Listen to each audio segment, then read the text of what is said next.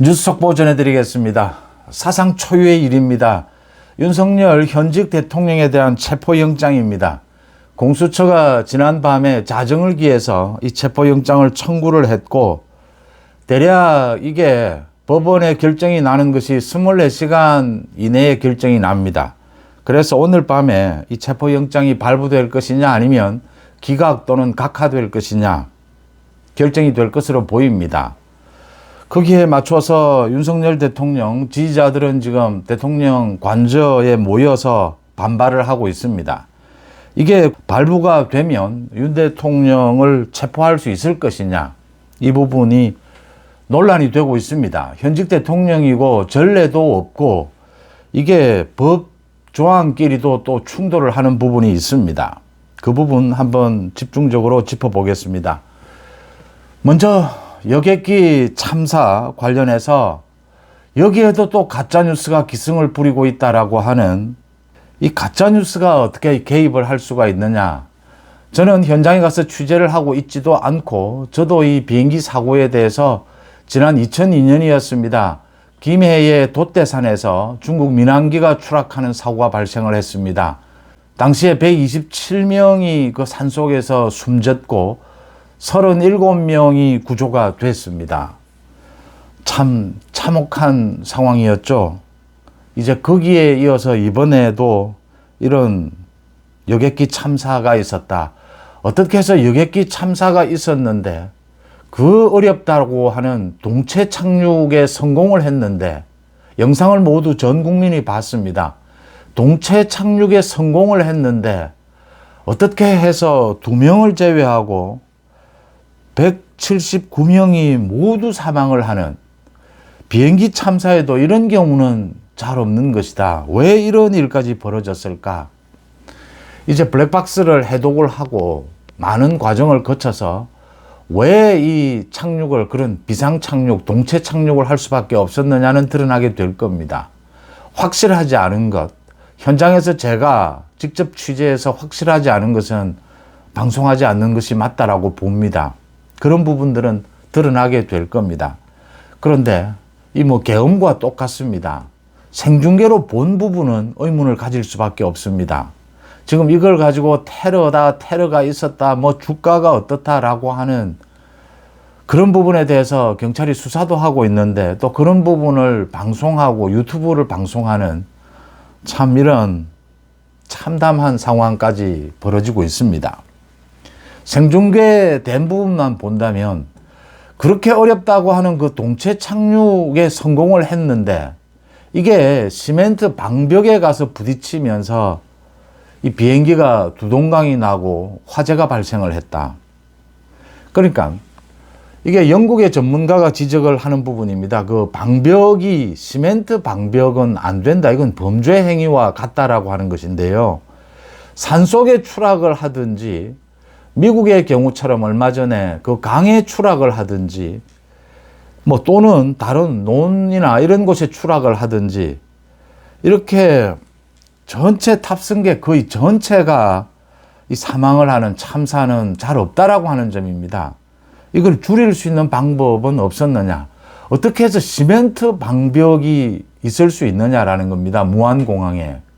지금 다른 공항 2곳에도 이게 있다라고 하는데, 그게 없었더라면, 또는 대형 흙덤이었다면, 그게 외벽을 지나서 비행기가 시속 200km로 이제 속력을 줄여가고 있는 상황이었는데, 논으로 계속 달렸을 것이다. 외벽을 뚫고. 그랬다면 구조되는 숫자가 좀 더 늘어났을 것이다. 라는 부분은 생각해 볼 수가 있습니다. 이건 전 국민이, 전 세계인이 지금 현장의 그림으로, 영상으로 본 부분입니다. 발을 동동 굴렀던 부분이죠. 비행기가 산에 추락한 부분 현장도 제가 취재를 했고, 이 많은 부분들 간접 취재도 했는데, 그 부분은 정말 이해되지 않는 것이다. 지금이라도 이 부분에 대한 대처는 빨리 세워야 한다라는 점은 지적을 해 두고요. 지난밤에 12시를 기해서, 자정을 기해서 공수처에서 공조수사본부입니다. 정확하게는 그러니까 공수처와 경찰, 국방부 조사본부가 지금 합한 곳입니다. 여기에서 윤 대통령에 대해서 체포영장을 청구를 했습니다. 왜 지난밤 자정이었느냐? 굉장히 현직 대통령에 대한 체포영장을 좀 기습적으로 공수처에서 그러니까 3번의 소환조사에 불응했기 때문에 이제 순서상으로는 체포영장을 칠 단계입니다. 기습적으로 간밤에 친 것이고, 이런 지금 계엄 관련해서 수사를 하고 있는 곳은 서울중앙지검이 수사를 하다가 이제 공수처로 넘겼고, 나머지는 중앙지검에서 수사를 하고 있고, 중앙지법에서 구속영장이 모두 발부가 됐습니다. 그런데 이번에는 공수처가 서부지법에 윤 대통령에 대한 체포영장을 청구를 했습니다. 이건 검찰과는 달리, 지금까지 검찰과는 달리 공수처에서는 윤 대통령의 관사가 있는 그 주소지, 거기가 청구하는 것이 맞다라고 판단한 것으로 보입니다. 그것도 이제 밤중에 이렇게 청구를 했다. 윤 대통령 측은 그동안 헌법재판소의 심리에 대해서도 마찬가지였습니다. 이 심리에 불응을 하다가 이제 심리가 임박해지자, 진행이 되자, 첫 재판이 임박해지자 이제 변호인단을 선임을 했습니다. 이번도 마찬가지로 오늘 변호인단을 선임을 해서 의견서를 제출을 했습니다. 의견서의 핵심은 제가 오전에도 말씀드렸다시피 이게 공수처가 지금 내란 혐의에 대한 수사권이 없다. 그래서 이 소환 자체가 잘못된 것이고 구속영장을 청구하는 것도 잘못된 것이다. 이게 핵심입니다. 그러니까 현직 대통령이라 하더라도 뭐 도피의 우려나 증거인멸의 우려가 없다 하더라도 이게 3번 이 소환을 했는데 불응을 했다. 그 다음 내란 혐의입니다. 내란 혐의와 같은 이런 중범죄 혐의와 관련해서는 대통령에 대해서도 체포영장을 청구할 수밖에는 없다. 그래서 가장 지금 쟁점이 되는 것은 공수처 또는 공조수사본부에 이 내란 혐의에 대한 체포영장 청구권이 있느냐, 내란 혐의에 대해서 수사할 권한이 있느냐, 이 부분입니다. 그러니까 이게 경찰에 있다. 지금 이 수사권 분리에 따라서 검찰도 없다. 이게 직권남용에 이은 내란 혐의입니다. 그래서 이게 있느냐 없느냐 이게 핵심 쟁점입니다. 그런데 이 부분과 관련해서는 김용현 전 국방부 장관에 대한 구속영장이 발부가 될 때, 또 구속이 될 때 법원에서 판단한 부분이 있습니다. 이게 수사권이 좀 혼선이 빚어질 수는 있다. 그런데 구속영장을 발부한다. 그 이유는 이 법조인들이 이야기하는 법 전문 용어입니다. 상상적 경합이라고 하는 것입니다. 이게 하나의 행위에 복수의 죄, 범죄 혐의가 생기는 경우, 이런 경우에 상상적 경합입니다. 그러니까 계엄이라고 하는 이 사태에 직권남용도 있고 더 나아가서 내란 혐의도 적용될 수가 있다. 내란 혐의냐 아니면 직권남용이냐. 지금 검찰과 공수처에서 할 수 있는 권한은 직권남용에 대해서는 수사를 할 수가 있습니다. 그런데 내란 혐의는 정확하게는 경찰입니다. 그런데 이 계엄이라는 행위가 복수의 죄, 직권남용과 내란 혐의 이렇게 걸쳐 있을 때 이럴 때는 수사를 할 수 있는 것이 아니냐. 수사를 할 수 있다. 그게 인정이 된 겁니다. 김용현이 구속영장이 발부된 것은. 그런데 앞으로도 이게 수사권 문제가 논란은 일 수 있다라는 지적은 했습니다. 재판부에서. 그래서 수사권은 있는 것이 아니냐. 그것도 특히 공조수사본부였다. 라고 인정이 되는 것이 대체적인 지금 법조인들의 의견입니다. 그렇다라고 해서 체포영장이 곧 바로 발부될 것이냐. 그건 또 다른 문제입니다. 이 김용현이나 이런 사람들과는 대통령은 다릅니다. 대통령은 만약에 직권남용은 인정된다 하더라도 이 내란 혐의가 인정되지 않으면 대통령에 대해서는 소출을 할 수 없습니다. 그래서 국방부 장관과 대통령은 다릅니다. 체포영장이 발부될 것이냐. 지금 이런 식이라면 발부되는 쪽에 좀 가능성이 높지 않겠느냐. 현직 대통령이다 하지만 발부가 만약 된다면 공수처가 이 체포를 할 수는 있겠느냐. 지금 이 경호처와 충돌입니다. 각종 압수수색 영장을 발부받았지만 이 압수수색을 하지는 못했습니다. 경호처에서는 이런 명분을 내세웁니다. 대통령과 관련된 국가 기밀이 있다. 또 현직 대통령에 대한 경호 부분입니다. 현실적으로 이게 체포조와 충돌이 일어나게 될 것이다. 이 윤 대통령이 현실적으로 이 체포를 거부하게 되면 체포할 방법도 뚜렷하지 않다라고 하는 것입니다. 체포영장이 발부가 되면 윤 대통령이 이 수사에 협조하는 것은 뭐 피할 수 없을 것으로 보입니다. 근데 현실적으로 그게 경호처가 있다라고 하는 점입니다. 윤 대통령이 사실은 헌법재판소의 심리도 이게 시간적 여유를 가지겠다라고 하는 것은 뭐 이해가 되지만 결국은 헌법재판소의 심리도 응하고 있습니다. 지금 헌법재판소에서는 6인 재판관으로 선고까지 할 수 있느냐 없느냐 이걸 지금 논의 중입니다. 지금 현재 이 시간 이 회의를 갖고 있습니다. 곧 결정을 할 것으로 보입니다. 윤 대통령 때문이 아니라 지금 한덕수 권한대행 때문입니다. 한덕수 권한대행에 대해서 빨리 결정을 내려줘야 하기 때문에 6인으로 지금 윤 대통령까지 심리는 할 수 있다. 그까지는 결정을 했습니다. 선고까지 할 것이냐 못하느냐 이 결정을 지금 이 회의를 하고 있는 중입니다. 윤 대통령이 사실은 이 공수처의 수사도 피할 수는 없는 것입니다. 그래서 적정한 시점에 윤 대통령이 자발적으로 어떤 형태로든지 이 뭐 서면 조사든 또는 어떤 형태로든지 조사를 받는 것은 피할 수 없고 받는 것이 합리적입니다.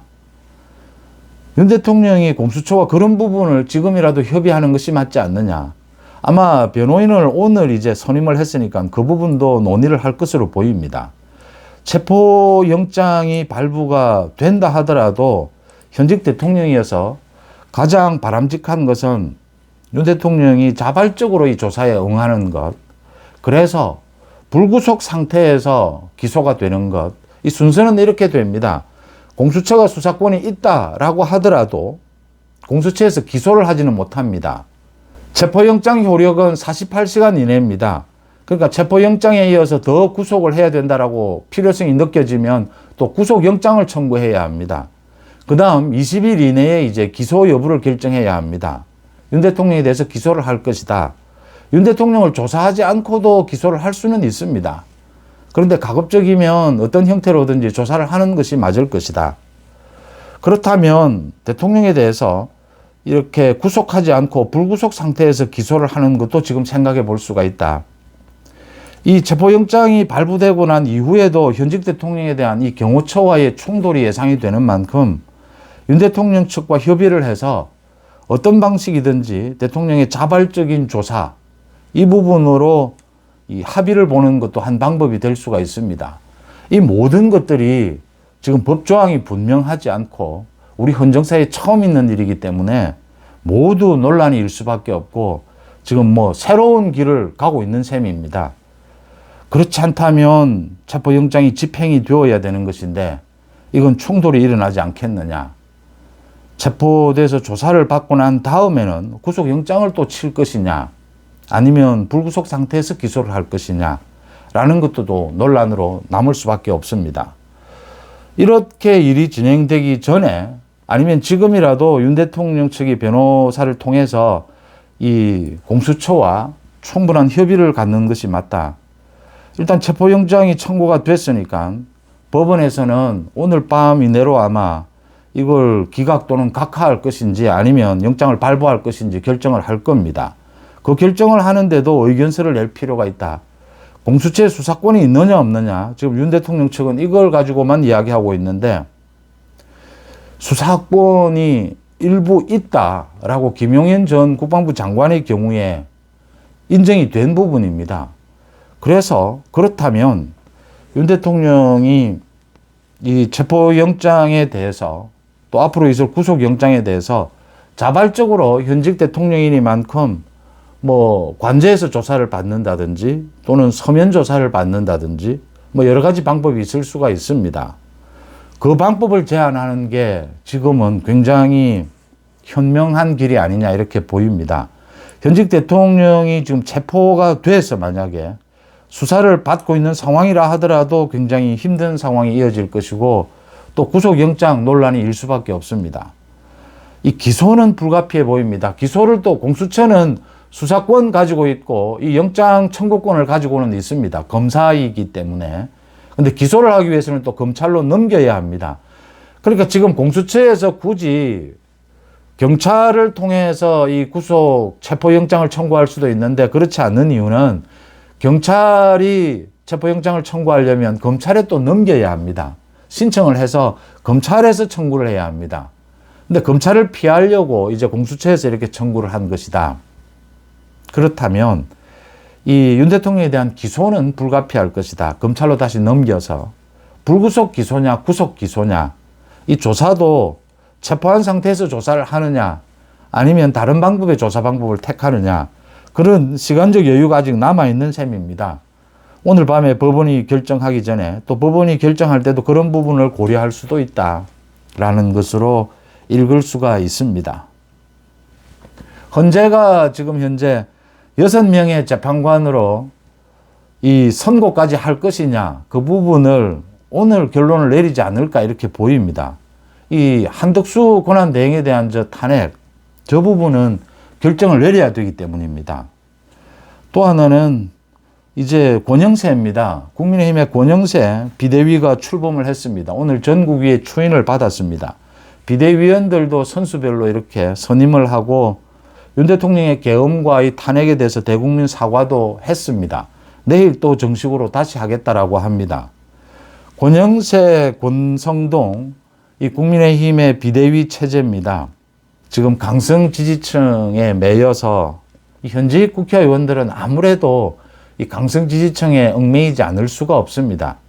그런데 국민의힘의 지금 지지율의 대다수는 국민의힘이 잘했다, 윤석열 정부가 잘했다라기보다는 이재명에 대한 처벌 때문에 이재명 전 민주당의 국정 마비를 노린 난동질에 반대하고 있기 때문에 그 지지율이 지금 국민의힘으로 상당히 모여 있다라고 본다면 이 윤 대통령을 극복을 해야 합니다. 결국은 이 수사의 진행, 이 속도를 보면 한 달 뒤, 2달 뒤에 결국은 이게 뭐 그냥 사과하고 이렇게 넘어갈 부분은 아니다. 현직 국회의원들의 그 안이한 태도로는 국민의힘이 이 앞으로의 사태를 헤쳐나갈 수가 없다라고 하는 점입니다. 권영세, 권성동으로는 힘들 것이다. 한계가 있을 것이다. 결국 앞으로 한두 달 뒤에 이 권영세, 권성동 체제는 또 무너질 수밖에 없을 것이다. 라는 생각을 하지 않을 수가 없습니다.